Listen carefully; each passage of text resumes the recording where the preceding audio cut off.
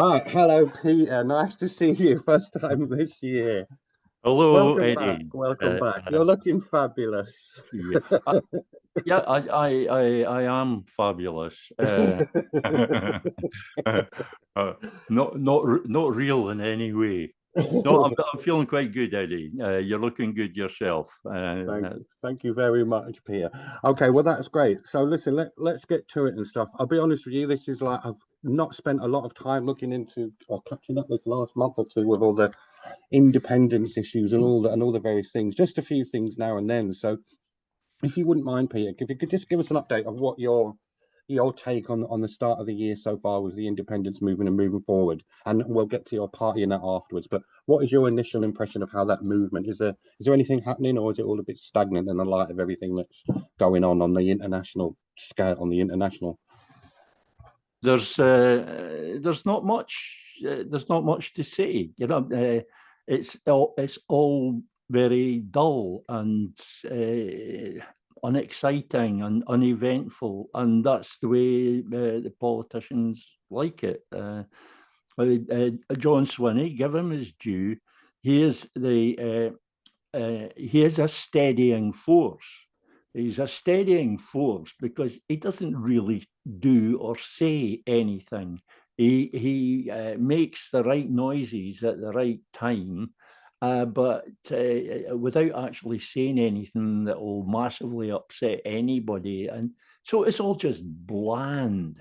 There's a word that I like is pabulum, which is something which is insipid and tasteless. And that kind of describes John Swinney. Because at first, when he took over as leader of the party, I thought it might be quite a good thing, because at that time, they really could have done with a steadying hand. Unfortunately, what they also needed then was some kind of moving force. You get this when there's disruption and you're going off in all the wrong directions. It's not a bad idea to have that steadying hand, just to apply the brakes, slow you down so that you can start steering straight again.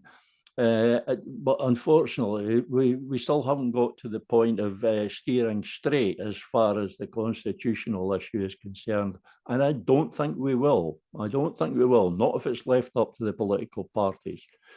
So the firm conclusion is that nothing has changed. Literally, nothing has changed.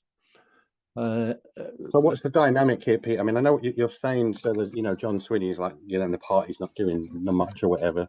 And so does that mean that the grassroots is not really engaged enough or not excited enough? So there's, do we need that political party? Do we need the SNP to sort of have at least an inkling or a spark, to set a spark to engage the grassroots? And there's just nothing. Is that what you're saying? Yeah, well, this is one of the things which I see increasing. There seems to be this clear divide between the SNP loyalists and the SNP haters. The SNP loyalists pretty much say that the SNP is the be all and end all of everything to do with independence, and we just have to have faith in them and blah, blah, blah. And that is exactly as idiotic as it sounds when you say it out loud. And then there's the SNP haters who say, no, we should just abandon the SNP altogether, forsake them, just disregard them, we'll have nothing to do with them, which is also idiotic, because the SNP is not going to disappear just because you've decided you don't like it. Whether we like it or not, regardless of our opinion of the SNP is going to continue to be a major force, if not the major force, in Scottish politics for the foreseeable future, and certainly after the 2026 Holyrood election. It's not going to disappear.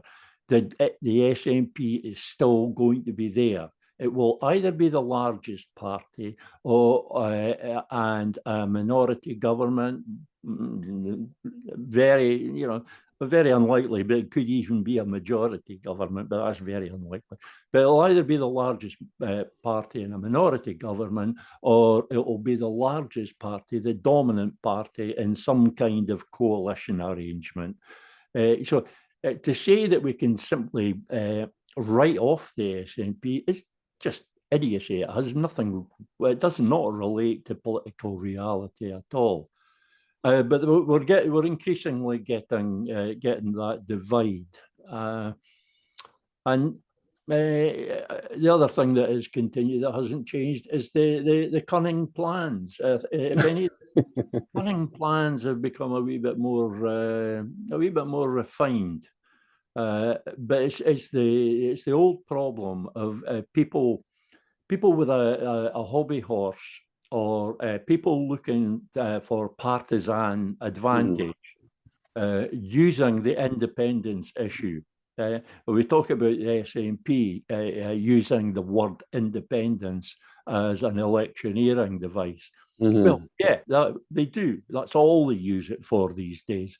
But the same can be said of ALPA and other parties, and that I won't name. I will use ALPA as an example, because I suppose, although it's far behind, it is the second nominally pro-independence party.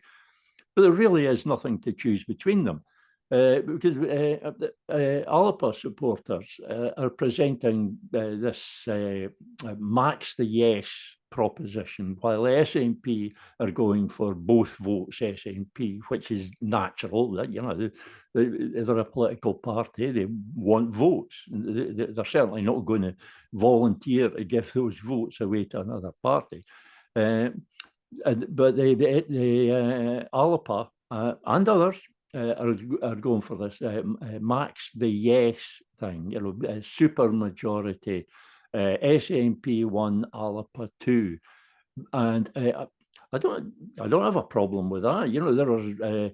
There are circumstances where that works. As you know, every region is different.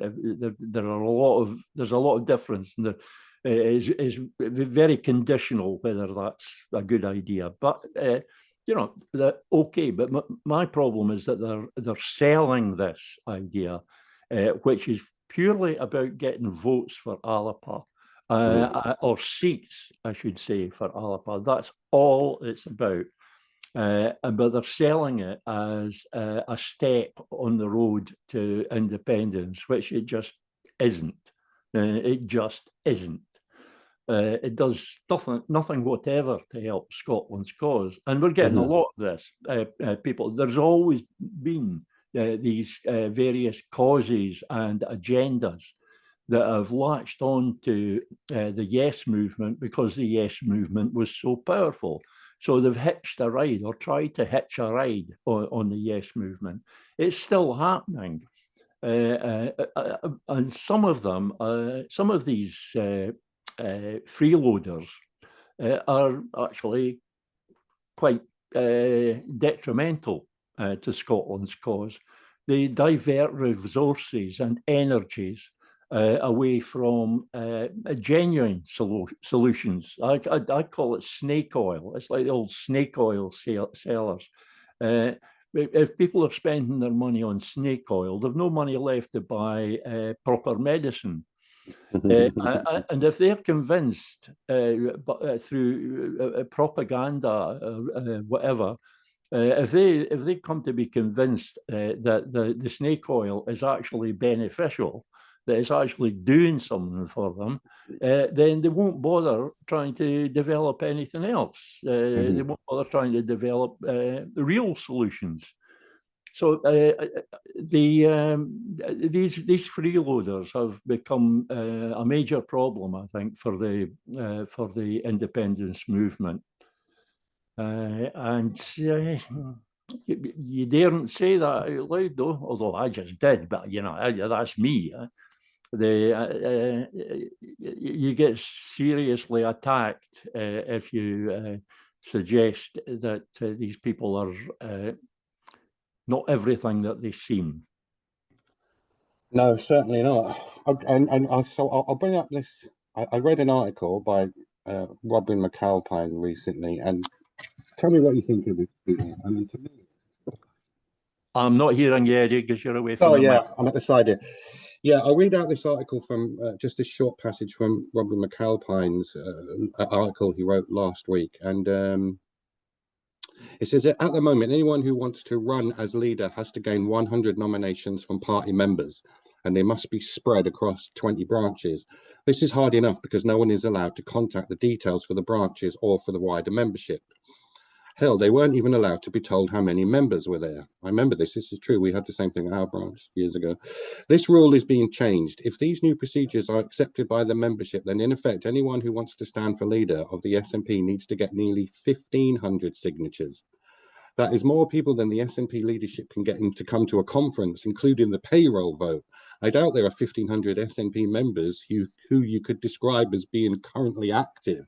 What do you think to that, Peter? I think that's really, I mean, to me, it tells the direction of where they want to go. I mean, just Robin's perfectly correct. Although it should be said that his 1,500 figure, because it's actually a percentage. It does the new constitution, the new rules that they're trying to introduce. Don't actually say 1,500. It's a percentage of the membership. So he's basing his that number on a certain level of membership, but it conveys the point. Yeah. That the qualification for nomination of a new leader has massively increased. The barrier, the hurdle that has to be surmounted has been raised. Yeah. It's just making it in-house, isn't it? I mean, is that what it is? I mean, this is more in-house and less input. Power is always defensive. Power always seeks to defend itself. And one of the ways it defends itself is by weakening any possible challenges to that power, while strengthening, because power is relative. Weakening your opponents is the same as adding to your own strength, because power is relative. And that it is so blatantly obvious that that is what they're doing. If I was a member, I would object, even if I thought that the new rule was a good idea or worth discussing. I would object simply on the basis that it's taking the members for fools. It seems to assume that the members of the SNP, the remaining members of the SNP, won't be able to work out for themselves what is intended by this. It is intended to take any remaining power, the last vestiges of power, away from the branches and the members, and entrenched it in the leadership. It's so blatant. That's what gets me. There's not even any attempt to disguise it. There's no sugar to sweeten the pill. Yeah, it's all going in their tea. we don't get any of it. No. But this is what worries me, Peter. I mean, like you said, you know, you'd be a fool not to accept that the SNP is part of the, you know, the independence political, you know, sphere out there. It's undeniable. But then at the same time, when I look at, you know, facts like these and what's going on here and what it signifies, it just makes me think, I mean, you know, we're already trying to get independence, and a lot of us think, and more people have left the SNP, and they're not as popular because we don't feel they're doing enough on the independence issue, on the constitutional issue. And what they're doing, obviously, is consolidating on that fact, you know. They're just like, and so where do we go? Where does the independence movement go from here? The SNP, and I'm not anti-SNP at all. I've got criticisms of every party out there. My biggest issue at the moment is these criticisms don't get addressed. We've been voicing these criticisms of SNP for years, and never have they been addressed. And it's turned out to be exactly the same with Alapa.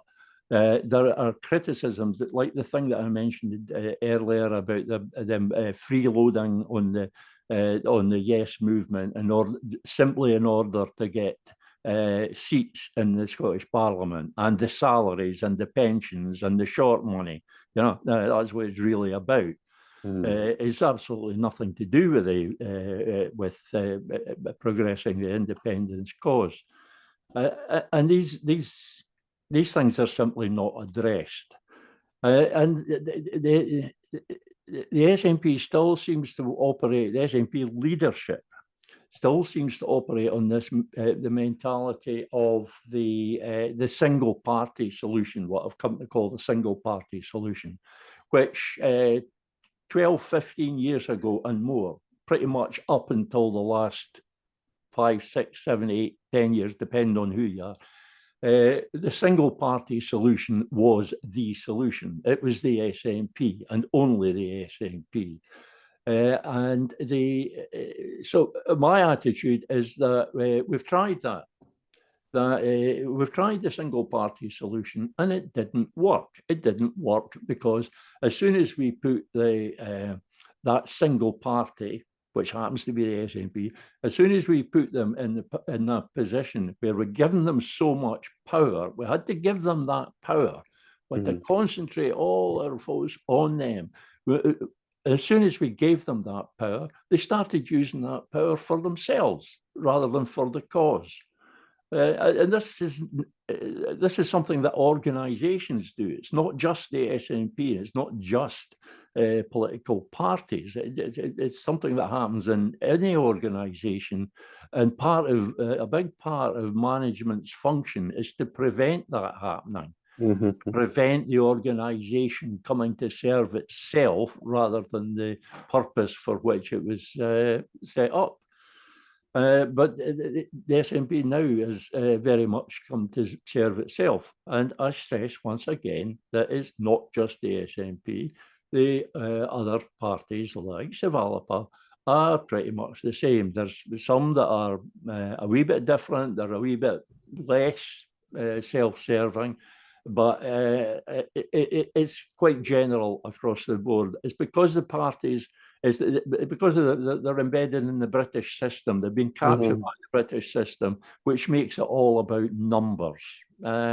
It's all about getting the seats, getting the salaries, getting the pension, getting the short money, and the principles and the purposes and the objectives of the party get suppressed under the weight of all this pressure to hit the numbers, to get the numbers, get more members, get more votes, get more seats. And if we have to compromise our principles in the process, then, well, that's just the way it is. If you want to see that in operation, you've only got to look at Starmer's British Labour Party. Oh, God, yeah, you took the words right out of my mouth. And that's it. That's it getting more explicit. So it's interesting what you say about numbers, Peter. I mean, you're absolutely right there. I totally agree with you. It's all about the numbers, and Sorry, Eddie, talking numbers, I just want to assure everybody this is my first glass of wine today. Okay. The 3-drink rule still applies. No, it's I totally agree with you. The numbers, you're absolutely right. But then, of course, to go on from that, we could say that if you look at it from the Scottish perspective, these numbers that we're allowed to play with, they change, don't they? If you get as many Scottish MPs down in Westminster, and you have a majority. And then the numbers change and stuff, and the goalposts get wider and stuff. So even when we think, oh, how can we influence this political game that you're talking about, this power that we're trying to, get some influence in, how can we do that when our only scope is to play within their numbers? And if we start moving the numbers, they move the goalposts. Well, curiously, the answer to the numbers issue is numbers. The only way we can when I talk about we, I will sometimes be talking about the people of Scotland in general, and I will sometimes be talking about the people in the independence movement. The context should make it obvious which. But when we want to change things, most of the time we have no leverage at all. Once a government is elected, this is the British. Yeah. Once a government is elected, that's it. Look at Starmer yet again. There he is, breaking every promise that he made during the election campaign, making it obvious that he just lied and lied and lied the whole way through the campaign. And there's nothing anybody can do with it. Do about it. It is an elected dictatorship. Mm-hmm. The only time we have any leverage is when there's an election looming. That's the only time that the parties, the political parties, pay any attention to us. And that's because the political parties have been stolen from us. The political parties are supposed to be our tool. They're the tool of the people. They are supposed to be the way, the means by which the people connect with effective political power through the parliament. That's what the parties are supposed to do. They're supposed to connect people to parliament. Yeah, who can argue that they do that anymore? The SNP grew in popularity because for a time, mainly under Alex Salmond, they were actually doing that reasonably well, or at least they were perceived to be doing it. They were actually that connection. They were responsive to the people, largely because they weren't bound by any ideology. And the ruling principle was what I call principled pragmatism. You know, it was whatever worked without crossing certain red lines. That's the way Alex Salmond's governments work. But they've lost that. We've lost that connection. The only time we can remake that connection is when there is an election looming. And that is the problem is that we pretty much never use that leverage. We never use it because we do not combine. We don't combine our forces, and it's only by combining that we can have any kind of power to use that leverage.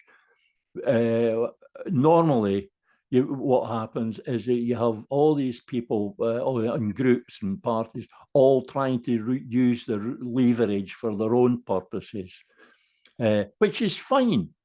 But is there a common purpose that we could all combine to work for? Well, I maintain that there is, and that is the cause of independence. The same thing as pulled the Yes movement together in 2012. And I maintain that we can still do that. Everybody can be a member of whatever party. They can be a socialist or a capitalist or an anarchist or whatever. If they want the union ended and independence restored, then we should be able to combine on that issue and just leave all the other issues aside. And so once again, is that what you're saying? This is a matter of numbers then? Because I mean, the percentage we're talking about here is small, the actual, ones who are active, say, in promoting Scottish independence. It's very difficult, isn't it, at this time? So if you're trying to get them numbers. One of the ways that one of the things that you have to do if you want to make a campaign effective, if you want to gather the numbers, you have to make it simple for people to participate. You say to them that your way to help this particular cause, you have to join this group, you have to sign up, you have to pay X amount per month, you have to go, you'll need to go to meetings. If you say that, then forget it. If you make it just as simple as filling in a couple of fields on a form and clicking a submit button, then people will people will participate, or they'll be more likely to participate. So that's the basis of the whole manifesto for independence petition. One, it's a way of people combining, and two, it's making it easy for them. Three, it's that single purpose. It's the single purpose of getting of using the 2026 election as a means of progressing Scotland's cause. If we don't do that, if we don't force the manifesto for independence, what's going to happen is that we're going to come out of the 2026 election the same as we went in. Nothing happening, and we'll have another 5 years of waiting, because none of the nominally pro-independence parties is making a commitment to any kind of action at all. And unless we get that ironclad commitment from them, they won't do anything. We know that. We've stood on the sidelines and watched while the SNP has been doing it for the last 10 years. False promises and dodging and weaving and just finding ways around it. Always the wriggle room. You know, we will definitely do this, but then when it comes to the time, oh, such and such has happened, and that commitment has to be solid, and it has to be backed by a massive public campaign. I've set the target for the manifesto for independence petition at 100,000. Now, I could have set it at 10,000. But what would be the point? 10,000 is not nearly enough. 100,000 signatures on that, and you've got their attention. If you've got 100,000 signatures on the petition, the political parties are starting to look at this. 100,000 and still growing. Yeah, the political parties are starting to look at this, and especially the what they call the minor ones, the lesser ones, the smaller ones. They're looking at this and they're thinking, well, is this a way that we can grab those votes? You know, perhaps this is a way of doing. Which is why I thought, sorry, I'm talking too much again. It's why I thought Alapa was the best bet for being the first party to adopt the manifesto for independence, because at the time when I thought this, they had nothing to lose. They maybe still have nothing to lose, but recent polls have hinted that they stand a chance of winning a few seats. But at that time when I thought this, they had nothing to lose by adopting the manifesto for independence. And it would be the thing that they've always lacked, the thing that makes them distinctive from the SNP, that gives them a clear identity that is distinct from the SNP. It differentiates them from the SNP. They would have benefited from that. I'm certain of it. And Scotland's cause would benefit from it as well, because nobody over the last 10 years, nobody since perhaps the summer of 2014 has actually found a way of increasing support for independence. Yes, it's flatlined that whole period. So, well, I mean, you could understand this. You could understand the British system for thinking, you know, oh my God, you know, this really is the high point. We never ever want to go there again. You know? Yeah, but you know, that doesn't alter the fact that we should do something to counter that. Well, and whatever has been done up until now over the last 10 years hasn't countered that at all. Now, to me, that says we should be trying something different.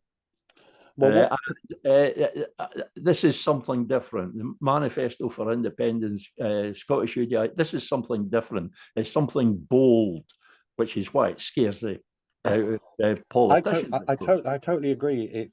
It's bold, Peter, but can I just be a bit cutting here? I mean, I don't mean to be pessimistic here, but you talk about leverage and the numbers here. I mean, would you agree with me that over the years since the independence referendum, specifically after Brexit as well, you know, SNP membership and you know how popular it is waned beyond. I mean, I don't know how many members they've lost in the last few years. It's a ton. So, you know, that would signify to me that they're not Yeah, really bothered about that. As long as they can still have legitimate power, they do not honestly care. In fact, they'd rather not have the responsibility of having to, you know, speak yeah. for the independence movement. I think you're totally right. The people that have left are the people that the leadership Yeah, the didn't active want ones. around anyway. People like myself, you know, they didn't Mhm. want people like me around asking questions and rocking the boat and stirring the doo doo. So yeah, you're right. They seem to have been quite content because they had a massive influx in 2014, Yeah, massive. massive, yeah. And they totally lost control of that, and I think that scared them. They wanted to be more manageable, and certainly from what's happened in recent conferences, what has happened, I won't say it's been a deliberate exercise by the leadership, but what has happened is that they've pared the membership down to a herd of a flock, I should say, of docile sheep. And Yes, they may take offence at that, and I know some of them. There's a lot of wolves and true tigers though. amongst them. The fact is, if the membership are voting through on the nod things such as the exercise, such as the measure you were talking about there that Robin McAlpine wrote about. Mm, If they're nodding that through, then what can you say about them other than that they're just exactly. dumb sheep? You know, because that is so obviously uh, Mm, another measure on top of many that mhm. have come before it. It's another measure to take power away from members and branches. And they can't say that they don't know that that's what it is because they Mhm. do. You can't not know that. You Yeah, can't not know it. I know. So of course, so once again, the big question, then always a big question to me. Then we've probably spoke about this before, but I don't think there's nothing wrong with seeing if anything is changing. How, once again, how do we change it? Because what we're describing here is a party that is not willing to represent the independence movement per se, right? So, and then you have your idea of the manifesto for independence, which is big and bold and stuff, and which is the only thing, probably the best, one of the best ideas, if not the best idea around to sort of galvanize that and move forward and stuff. But we have this little block over here called the Scottish government and the SNP and stuff, and you know they're not budging, they're legitimate. What would it take, what numbers and what leverage will it take? Do you think the manifesto for independence can literally do something about by the, you know, by the elections next year? So what's your expectations? What do I'll you put it. realistically hope for? I'll put it this way. I actually don't expect the manifesto for independence to succeed for the reasons that we've already covered, just the Yeah. nature of the independence movement.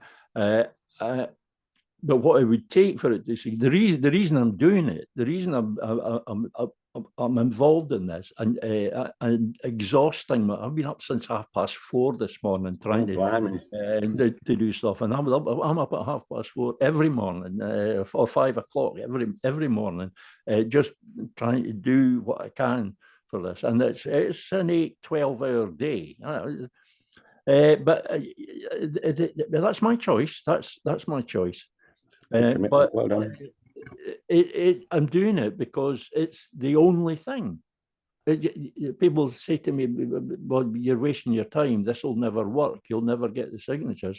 But nothing else will work, and this is Mm, why I get irked by people, the freeloaders, flogging some agenda or hobby horse as being a way of taking the independence cause forward when it clearly isn't. And mm, I get annoyed at them because here is this thing, the Manifesto for Independence, Scottish UDI. This is actually the thing that will work. It's feasible, and there isn't anything else. mm. There isn't. Nobody else has come up with a plan. Manifesto for Independence, Scottish UDI, that has been around for about 5 years now. Mm. And that lots of people have turned around to me and said, "Oh, you're talking a load of piss." Lots of people have you all this crap about, "Oh, it's just another ego trip for something." No. Okay, I've got an ego, fine. So does everybody else.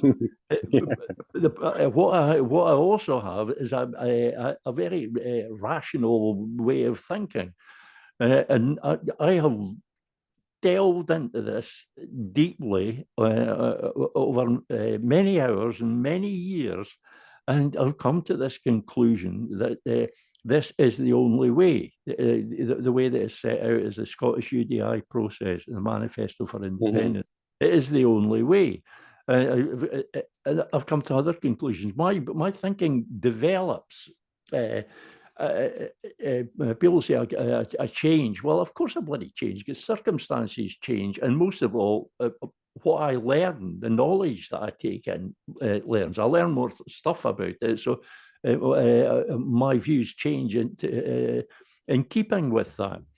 And I used to be very dismissive of the idea of a de facto referendum. It's called a de facto referendum because it isn't a referendum. It's an election. But having said that, I started to think, well, is there a way of making an election a wee bit more like a referendum so that it can really be taken as a referendum? And I came to the conclusion that just taking the Scotland's cause, the independence effort as the context, came to the conclusion that the way to do that was to make the one aspect of the election as binary as possible, because that is a major characteristic of a referendum. It's binary. It's either a yes or no. It's this option or that option. And it's that being binary that allows it to produce a clear decision. So can we make elections are by nature, they're inherently not binary.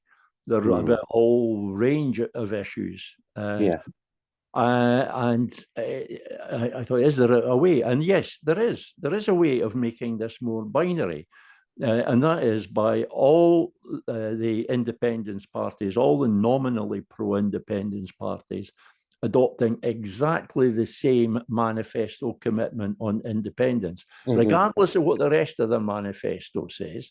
If they all have that same commitment on the constitutional issue, they're all committing to exactly the same action, exactly the same route, then any vote for any party counts as a vote for that manifesto commitment. It's clearly binary. You're either voting for that or you're not voting for it, by which we assume you're voting against it. So it introduces that binary element into the thing, and that is the way forward. I can't think of another way of making an election more like a referendum, and that thereby making the 2026 election a device by which we can move the independence cause forward. More importantly, nobody else has come up with any ideas. No. If I sit here and say I'm the only one who's thought of this, it's not because I think I'm brilliant. It's just because nobody has been able to contradict me. If I say Scottish UDI is the only process by which independence can be restored, I'm saying that, A, because I've thought it through and I'm as sure as I possibly can be, I'm firmly persuaded that it will work, that it can work. And I'm also firmly persuaded that there's nothing else that will. And nobody, in 5 years, nobody has been able to contradict me. They oppose me. Yeah, they attack me. Yeah, and they attack they attack New Scotland Party, and they attack the whole Scottish UDI manifesto for independence. They attack it. But what has really pissed me off, Eddie, especially in the last few weeks, has been the fact that well over 90% of the people who are reacting negatively to New Scotland Party, Scottish UDI, Manifesto for Independence, petition, and all the people, pretty much all of them, with some excellent exceptions who have to be given credit, but this well over 90% are criticising and attacking and undermining and belittling without the slightest idea of what it is that they're attacking. They haven't a clue. They haven't read a single thing. They haven't looked at a single document. They've done nothing. I mean, the Manifesto for Independence itself is like bullet points, a series of a few bullet points. It's like a 30-second read, take a minute so as to really absorb it.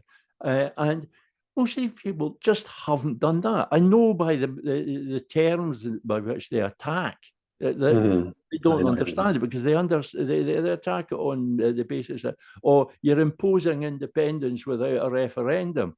For sake, the whole point of Scottish UDI is to enable a proper constitutional referendum. Now, if they don't, you'd think anybody who wasn't in their own bubble and just look at and just total 100% confirmational bias, just in principle, the Manifesto for Independence should at least invite a debate between, say, parties to get together and say, let's work on something we can all agree on. Absolutely, and that's that's one of the main purposes of the whole exercise. One of the aims that I had from the outset was to introduce some new thinking, some new perspectives and new ideas into the discourse, because we've become so set in this furrow. Is basically what I call the Sturgeon doctrine. And they're stuck in that, and there hasn't been a modicum of fresh thinking in the independence movement in general since the referendum in 2014. It just hasn't happened. And what really annoys me, it pisses me off, but what really annoys me is that over that time, there's so much new knowledge has come to us from new understandings have come to us from the works of the likes of Alf Baird and Sarah Sawyers and Salvo. We know so much more. And we also know so much more about the nature of the British state. I mean, that has been clarified for us in a major way by Boris Johnson, Keir Starmer. It's opened up, removed the mask, ripped the mask off. We now see the British state for what it is.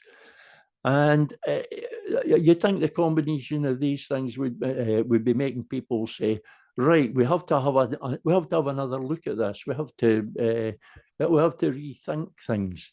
But no, it's not being done. It's not. No, that's not true. That's not true. Because there are groups that are talking about different things. A lot of it's talking about policy, such as currency. That's pointless. They're talking about being independent when the rest of us are trying to get the process. I get what you mean. But there are people who are at least talking about different things, but it's not part of the general discourse, and some effort has to be made. You remember back in 2011, 2012, 2013, one of the major things that the Yes campaign did was to normalize the idea of independence. People who previously wouldn't have uttered the word aloud in public, they now talked about it only. People stood in the pub and talked about independence. Yeah, in cafes, at work, wherever, people talked about independence. We need to do something similar with other thinking that has come along since then. Like the idea of it actually being a liberation movement. The idea that Scotland is, if you like, a de facto colony, annexed territory of England as Britain. These ideas have come up, and the ideas of, regarding our historical constitution and how it is actually still valid. I'm always reminded of something that I can't remember his name. It was a barrister. He said, you know, what happened was that Scottish MPs were invited to join the English Parliament, and he couldn't see why this new British Parliament took on all the attributes of the previous English Parliament, all the attributes, and absolutely none of the Scottish. It was supposed to be for both, but this sort of knowledge and understanding has become more prevalent, but people aren't using that. Is there not enough people?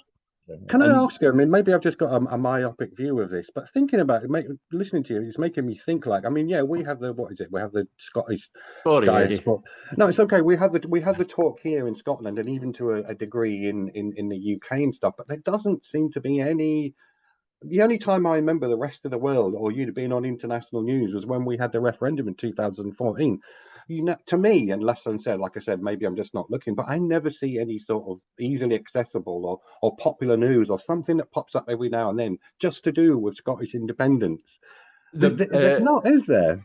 I mean, that's quite deliberate. That's I know. That's what. It doesn't have to be a conspiracy. It isolates us. It makes us feel isolated as well.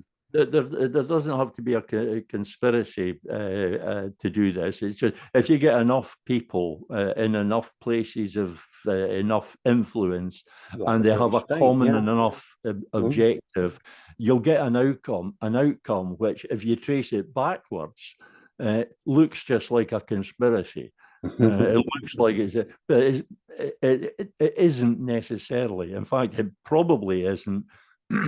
Because people aren't that good at conspiracies, they're not that good at the organisation that's required, and they're not very good at preventing people from talking about it, giving the game away. So you know, it's more likely to be what I call emergent conspiracy, which is just an effect of. Or reactive. You know, if 60 Minutes started doing a big popular program about colonialism and why is still Scotland the way it is, you know, people might actually have some comments. You're absolutely right, Eddie.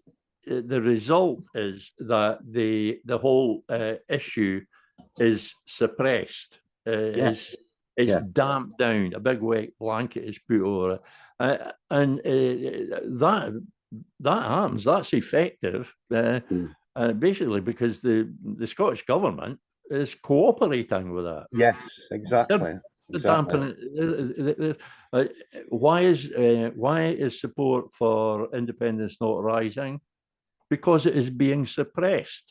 And the promises that the SNP, as the party of government, as the largest party in Scotland, the promises that they make are actually helping to suppress support for independence, because they're making these promises and people are expecting, well, we're going to have a referendum. So they just take it that that's going to happen. And there's no, alternatively, people think, well, God, no, they've been talking about doing this for years and they never do any.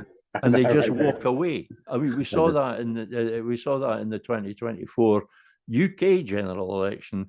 when about 500,000 independent supporters simply walked away from the SNP. They simply didn't vote.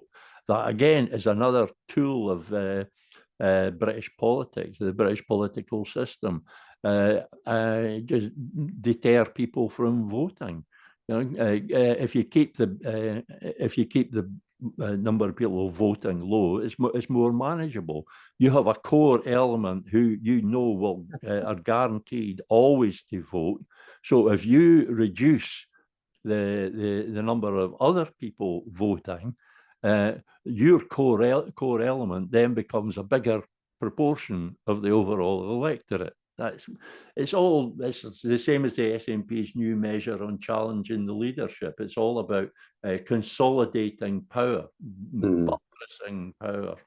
Well, that, of course, we'll finish up. I mean, to me, that is what this is it. So it's that definite distinction what you're drawing there, and so here's the SNP, and what they want us to do. They want us to, the only context we can discuss the Scottish constitutional issue is within the British context. And the SNP have taken that on board, and yet me and you and other people, and I'm, like you said, lots and lots of other views out there, distinguishes. It's like, no, we can't get it that way. It's just not possible, and we're not even allowed. So the manifesto for independence and stuff. So this is creating or trying to at least create a separate entity, isn't it, to some degree, to start to get going. So we're at the stage now where we need to get this discussion going, like you've said before, because like you're right, years ago, you wouldn't, like, if you said UDI, do you know what I mean? You would be. That's right. Well, one of the things that I count as something of a success and a personal success, I can't count very many of them. I've tried lots of things in the past, lots of things have failed. But one thing that I can count as a bit of a personal success is putting the term UDI back into political discourse, because for decades the British propaganda machine had sought to basically outlaw that. They sought to make it unthinkable. Yeah. Why are they making it unthinkable?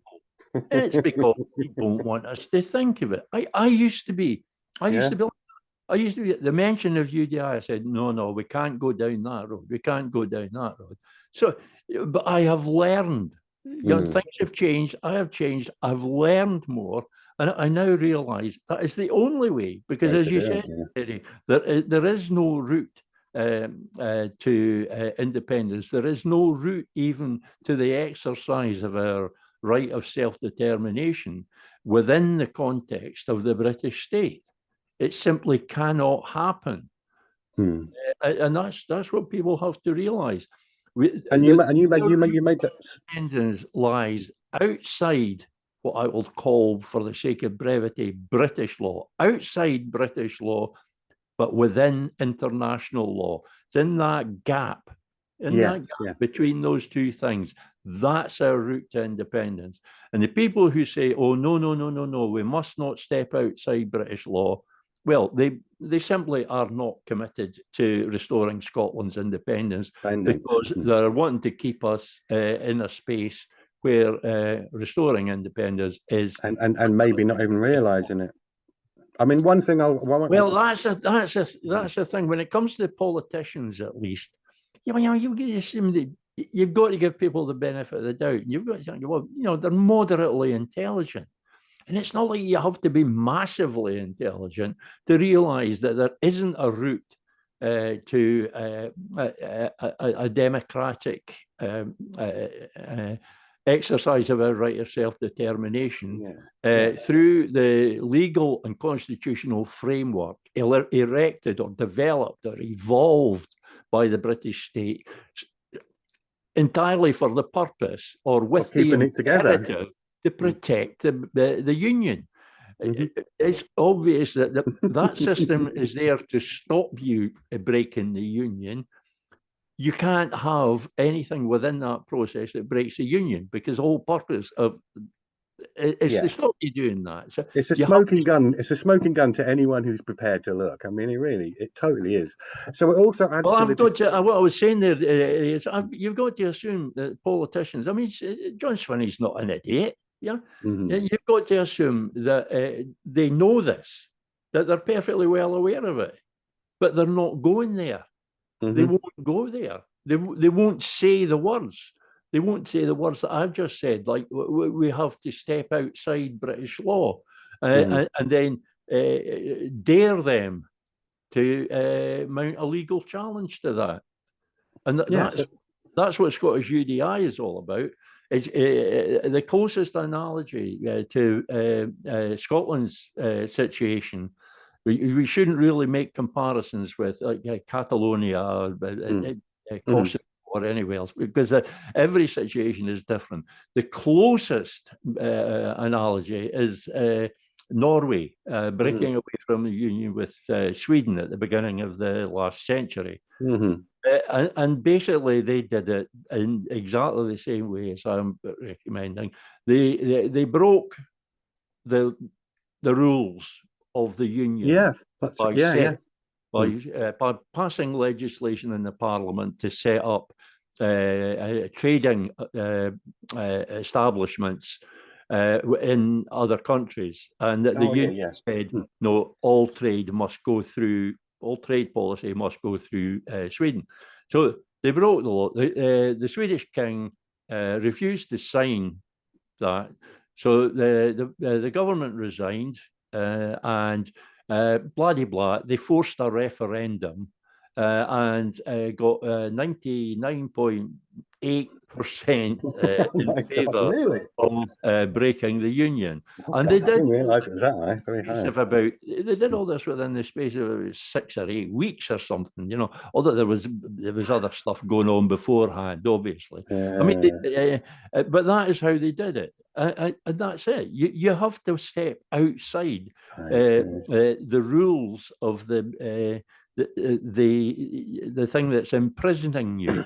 You don't get out of it by following the rules that are there to keep you in it. Just can I pose a question, like a hypothetical? Just like imagine like you're there with John Swinney, right? So, and John Swinney's going to say, "Oh no, I want independence for Scotland, but we have to do it through this way, but within the UK system." So that's really the difference, isn't it? And if me and you be honest about that, we would say to John, who are you trying to kid here? Do you know what I mean? I probably wouldn't be that polite. No, but well, there you go. I mean, I know John slightly. We've met, we've spoken. That's not going to happen anymore. There was a telling event. There was I think it was the last All Under One Banner event in Perth, where I was speaking, and a certain local MP went to the organisers and said, if Pete Bell's on that stage before me, I'm not going on. And that's how petty they are. So no, we're not going to be seen in the same room together. But I will guarantee, I don't know so much about Pete Wishart. Let's say the names. I don't know so much about Pete Wishart. Although I've seen some things recently that seem to suggest that he's having second thoughts about some things. But I see it as entirely possible that Pete Wishart doesn't realise this thing about having to step outside British law. He's simply not aware. He truly believes that the British state is a democratic state and that it will allow us a proper exercise of our right of self-determination. I think he probably believes that. I suspect that John Swinney and many others in Holyrood, I suspect that they know damn fine, throughout the SNP leadership, they know damn fine that the approach that they are taking cannot possibly work. They just simply do not have the courage to abandon that approach and adopt adopt a more assertive approach. They do not have the courage to confront the British state. And there will be no restoration of independence without confrontation with the British state. It cannot be otherwise. Maintaining the union is too important to them. As I've said previously, it's an existential battle. Either Scotland will cease to exist as the Scotland that we know and aspire to, or the British state will cease to exist in the way that the British imagine themselves, their own conceit of themselves. One of these things has to go. And I want it to be the Union.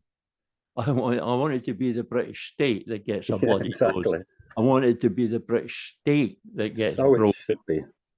I think Scotland deserves to survive, but I think we're going to have to fight for that survival. We're going to have to confront the British state, and we are going to have to dare them to challenge us in the international courts. And I don't think they can possibly win. I don't think they can possibly win. I don't think they can possibly stop us if we are determined enough to go through that space between their law and international law. Brilliant. I tell you what, we can leave it there, Peter, if that's all right with you. I think that's probably the best spot to leave it on, because this is exactly where we are. I was going for a wind up there. Yeah, I was. That's almost professionalism, Eddie. Yeah, I'm a slow learner, Peter, but I'm enjoying the process. Okay, well, that's great. So maybe, are you okay? Maybe would you want to get in a couple of months? So that's all right with you, roughly get a checkup and how things are going. And I would do this every week, Eddie. I would gladly give over an hour or two to this every week. And that's one thing that I would like to put out to people. That I am happy, very happy, to speak to anybody about my thinking on the constitutional process. A lot of people that I have spoken to are now on board. I mean, I'm not alone in the New Scotland Party. I'm not alone in this whole effort. No. I'm just the one that has to be the face. God, this face. I had to be the face of this. I am happy. So good. I will travel anywhere in Scotland at my own expense, or possibly the party's expense if there's anything left in the coffers. I will travel anywhere to speak to any group that wants to speak to me. I will go on any Zoom call or whatever. I will speak to anybody. And if anybody has any sensible questions about Manifesto for Independence petition, about Scottish UDI, about New Scotland Party, I am happy to address their questions. More than happy to do so. And that is a hell of a lot more than can be said for certain other people who simply blank you when you don't want to engage. Well, I wish you the best in that, Peter, and I think that's absolutely the best thing to do. Get out there and spread this as much as you can, because I think we've both agreed here, we need to get the dialogue needs to grow, because like you said, if it's a matter of number and getting leverage, we've got a long way to go, but in principle I totally agree with what you're saying. And one of the things I'm going to take as well that I know, but you expressed it very well, is that UDI is not what a lot of people think, or because they don't care to think, because they say, no, we need UDI so we can have a referendum. That's right. And honestly, I think you're right. A lot of people, like you say, they put up the barrier. They just go UDI. They just don't know. We need a referendum. And then they won't even engage. They've been conditioned to think that way. The whole propaganda thing about Rhodesia and all the rest of it, that is all designed to make UDI unthinkable. It's designed to make people react to the mention of UDI by going, no. Well, a lot of people who used to think that way now don't. They now realise that UDI isn't necessarily one thing. That it can be, and actually all independence is UDI. Because it's of course it is. Yeah. I mean, it's independence, right? We understand what that is. There's a declaration, right? Otherwise, nobody would know. And it's unilateral because you're the only one who can declare independence. Somebody else can't declare independence on your behalf. Exactly. It's like someone can't declare your consciousness. It's like, it's my consciousness. So, this whole thing about UDI, as I say, people are now prepared, and that is a hopeful sign, I suppose. And Christ Almighty, I'm desperate for a hopeful sign, and the fact that more and more people seem to be able to take a more casual attitude to the mention of UDI. I mean, there are still some of them, but that's a promising sign. Because these are people, these are open-minded people by definition. If they're taking a term which has been so burdened with negative associations and connotations, if they're prepared to take that and actually think about it, and come to the realization that, well, it ain't what I've been taught it was. Then these are thinking people, and if they can think their way to that, they can think their way to lots of other stuff as well. So it's a hopeful sign. And Eddie, I'm desperate for any hopeful signs. I don't know. We always seem to be building momentum, and it's like, we need, you need that tipping point, as it were. But like you said, these elections next year are, they're very, very important, like you said, and this whole idea of setting up a different dialogue, and for us to grow strength within ourselves, it's so important that we grow strength as time goes on towards the next election, because like you said, otherwise it's just going to be another 5 years. We have to combine. We have to combine. There's nothing else will do it. Alexis de Tocqueville said that the knowledge of combination. I'm paraphrasing the French historian there, and he was talking about the birth of American democracy. But the knowledge of how to combine is the mother of all knowledge. From that knowledge, everything else flows. It's essential to democracy. You have to know how to combine. I like that. And you have to be objective by going through all the subjective. Our combining using political parties has failed us because we haven't kept control of those political parties. So we have to combine in some other way. And so here's the Manifesto for Independence petition. This is a way for us to combine. Nobody should be able to object to signing that, because it is absolutely about restoring Scotland's independence and nothing else. So nobody should have any exactly. It's like you said, it's got no policies or nothing. It's just the principle. Right. No independence supporter should have any difficulty with that. And if they're rejecting it because they say that is not a route to independence, that is not a valid process, then the please tell me why. To say what is. If that's not the route, then what is the route?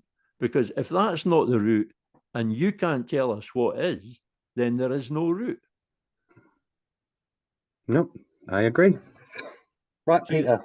That was me shutting up there, Eddie. Right, we'll say goodbye to everybody here. Thanks for joining us today for the episode, and we'll have you back on soon, Peter. Honestly, I've always got plenty of time to talk to you, as long as we've got stuff to talk about. I think we'll always have that, Eddie. Thanks very much, pal. Thanks very much.